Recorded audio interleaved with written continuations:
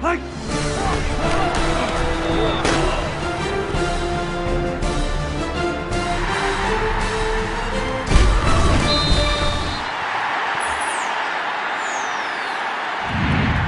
the Pubco Studios in Oklahoma City, this is an OSU update with Gina Mizell.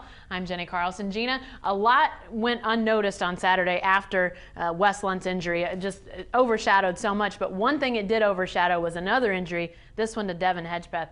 Devastating. Talk about what you know at this point about his injury. Well, Mike Gundy has confirmed that it is his Achilles again, which is the third time he's torn it within the last year. He first tore it against Texas A&M last season, then retore it last December, getting out of bed, just a freak accident, and then obviously on a pass play, the Louisiana Lafayette's long touchdown pass, kind of just turned the wrong way. I don't know if he got caught his feet caught in the turf or whatever, but just went down, and it is his Achilles again. And I mean, first of all, it's heartbreaking for Devin Hedgepeth after all that he's done to rehab it twice, and he's gone through 2 surgeries already. Now he's probably going to go through a third. But obviously, it really hurts the depth of the secondary. They were really counting on him coming back.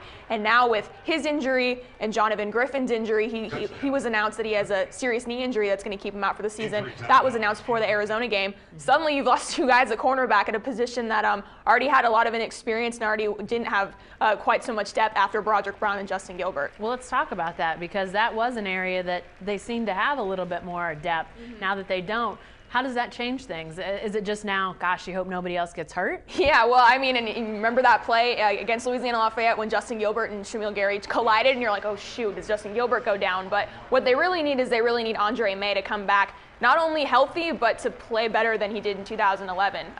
He's obviously coming off a torn ACL that he has sustained in the spring, but his recovery's been really, really fast, and he's already back practicing. And so with the bye week, I think we might actually see him against Texas, or if not then, I would think by the Kansas game after that second bye week. So they need him to come back healthy, and obviously they need those 2 freshmen to step up as far as Kevin Peterson and Ashton Lampkin go.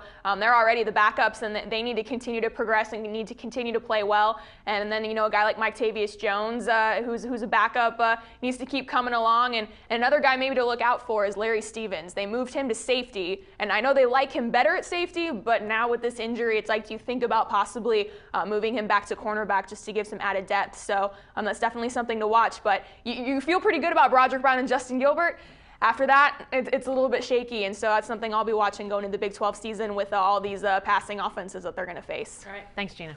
Be sure to stay with the best coverage team anywhere at newsok.com and every day in the